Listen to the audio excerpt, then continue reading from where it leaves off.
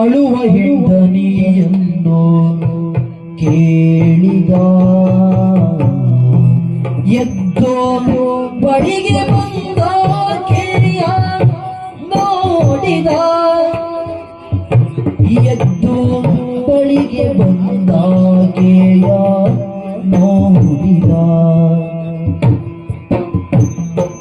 ಹೊಡೆವ ನಕ್ಷತ್ರದ ಮಚ್ಚೆಯ ಹೊಡೆವ ನಕ್ಷತ್ರದ ಮಚ್ಚೆಯ ತಿಂಗಳ ಗಂಡು ಬೆಚ್ಚಿದ ಬಾಲೆಯ ಪಿಂಗಳ ಗಂಡು ಬೆಚ್ಚಿದ ಬಾಲೆಯ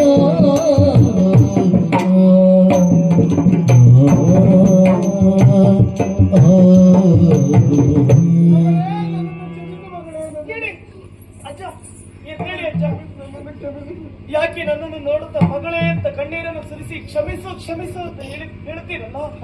ವಯಸ್ಸಿನಲ್ಲಿ ಹಿರಿಯವರು ನೀವು ನನ್ನ ಕಾಲಿಗೆ ಬಿಡಬಾರ್ದು. ಯಾಕೆ ನಾನು ಕ್ಷಮೆ ಕೊಡ್ಬೇಕು? ನಿಮ್ಮಿಂದ ಏನು ಅಪರಾಧ ಆಗಿದೆ? ಕಾರಣ ಉಂಟು ಮಗಳೇ, ಕಾರಣ ಉಂಟು. ಕೆಲವೊಂದು ಸತ್ಯವನ್ನು ನಿನಗೆ ಹೇಳಲಿಕ್ಕಾಗಿಲ್ಲ ಎನ್ನುವಂತಹ ದುಃಖ ಮಗಳೇ, ನನಗೆ ದುಃಖ. ಈ ಸೆರೆಯಲ್ಲಿ ನೋಡುವುದೇ ನೀವು ಪ್ರಥಮ.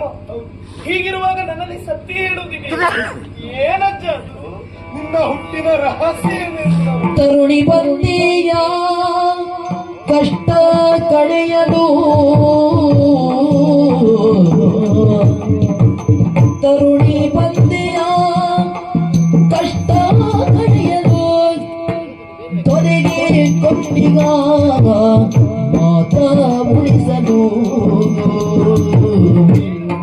ಅರಸಿ ಚಂದ್ರಿಕೆ ಕುವರಿ ನೀರೇ ದುರುಳ ಸೂರ್ಯನ ಮೋಸ ಮೇರಿದೆ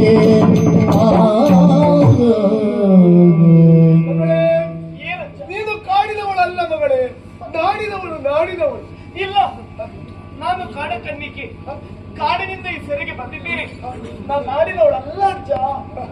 ಅಲ್ಲ ಮಗಳೇ, ನೀನು ನಾಡಿನಲ್ಲಿರುವಂತಹ ಪುಣ್ಯನಿಧಿ ಹಾಗೂ ಚಂದ್ರ ಕಲ್ಯಾಣಿಯ ಮಗಳು ನೀನು. ಇಲ್ಲ ಇಲ್ಲ, ನಾನು ಮಹಾರಾಣಿಯ ಮಗಳೇ. ಮಹಾರಾಣಿಯ ಇಲ್ಲ ಅಜ್ಜ, ನನ್ನಮ್ಮ ಬಾಲ್ಯದಲ್ಲಿ ಸತ್ತು ಹೋಗಿದ್ದಾಳೆ.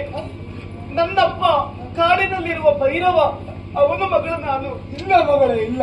ನಿನ್ನ ಕೈ ಮೇಲಿರುವಂತಹ ನಕ್ಷತ್ರವುಳ್ಳಂತಹ ಈ ಮಚ್ಚೆಯನ್ನು ನೋಡಿ ನಾನು ಖುಷಿಸಿದ್ದೇನೆ. ನಾನು ಸುಳ್ಳು ಹೇಳ್ತಾ ಇಲ್ಲ. ಹಾಗಾದ್ರೆ ನಾನು ಕಾಡಿನವಳಲ್ಲ. ಅಲ್ಲ ಅಲ್ಲ, ನಾಡಿದವಳು. ಇದು ಷಡ್ಯಂತ್ರ. ಆ ಷಡ್ಯಂತ್ರ ಮಾಡಿದವ ಆ ಪಾಪಿ ಸೂರ್ಯಸೇನ ಇದ್ದಾನೆ. ಅವ ಮತ್ತೇನು ಮಾಡಲಿಲ್ಲ. ಚಂದ್ರ ಕಲ್ಯಾಣಿ ಅನ್ನೊಂದು ಸಂದರ್ಭದಲ್ಲಿ ಹೆಣ್ಣು ಶಿಶುವಿಗೆ ಜನ್ಮವಿತ್ತಳು.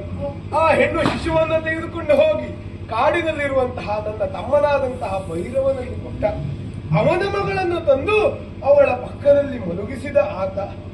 ಹೌದು, ಆ ಭೈರವ ನನ್ನ ತಮ್ಮ ಎನ್ನುವುದಾಗಿ ಹೇಳಿದೆ.